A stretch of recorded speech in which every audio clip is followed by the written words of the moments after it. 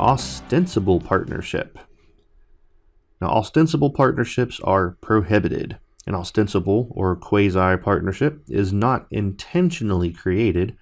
Rather, it's where the conduct of two or more persons create the appearance that there's a partnership. Now, it is considered fraudulent and deceitful if the public believes that there's a partnership when there is not. In such a situation, the courts may consider that, well, there is a partnership, and then, under the law, the parties could be held liable for each other's debts and torts or their wrongful acts. Real estate licensees who operate as ostensible partners may be subject to having their license suspended. Now, brokers doing business in the same office is permissible, provided each broker displays its own office sign, has its own separate telephone number. Each brokerage must have and register its own business name and indicate the brokerage name on separate letterhead, business cards, and so forth. Basically, they're wanting a strong, definitive line between the two brokerage companies. I have two short stories. One's more relatable to real estate than the other. Another one was one that a student gave me in the classroom one time that they had personally gone through, though it wasn't really real estate related, but it makes sense in this area. So the first one would be if you have two brokers in a multiple office complex, they both share a space on the second floor, but let's say they have two desks next to each other and neither one of them have their signs displayed, or maybe one does but not both. One day you have a customer that walks in and they're conducting business with the other broker.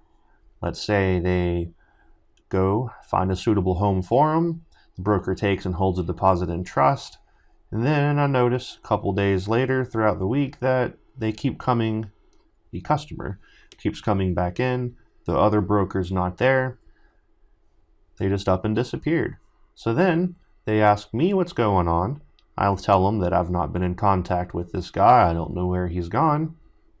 And then maybe they get upset, storm out in a fit of rage, and then later try to sue me because it looked like we were in cahoots with each other because we were both in the same area, but we didn't have definitive signs or anything that truly said that we were two separate entities. Now, the court might say that we appeared to be working together, consider it to be an ostensible partnership, and then I could be found liable and also get in trouble with my license. Now, the other story that one of my students had was a lady had a business that she was working out of a large warehouse. I do not recall what it was. She had a friend that owned a tanning salon. There was a building next to it that caught fire, caught part of her building on fire. They were trying to fix it. So my student allowed her tanning salon owner friend to move their tanning beds into the extra space in her warehouse she wasn't using. Come to find out that that friend had quite a bit of creditors after her for various reasons.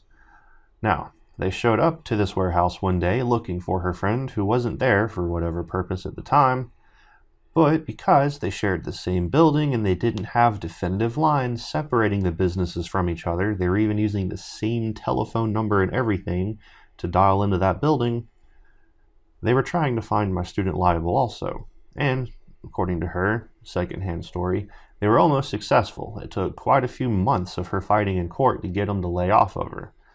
Kind of crazy. So make sure if you do share office space with anyone, you keep everything separate and easily identifiable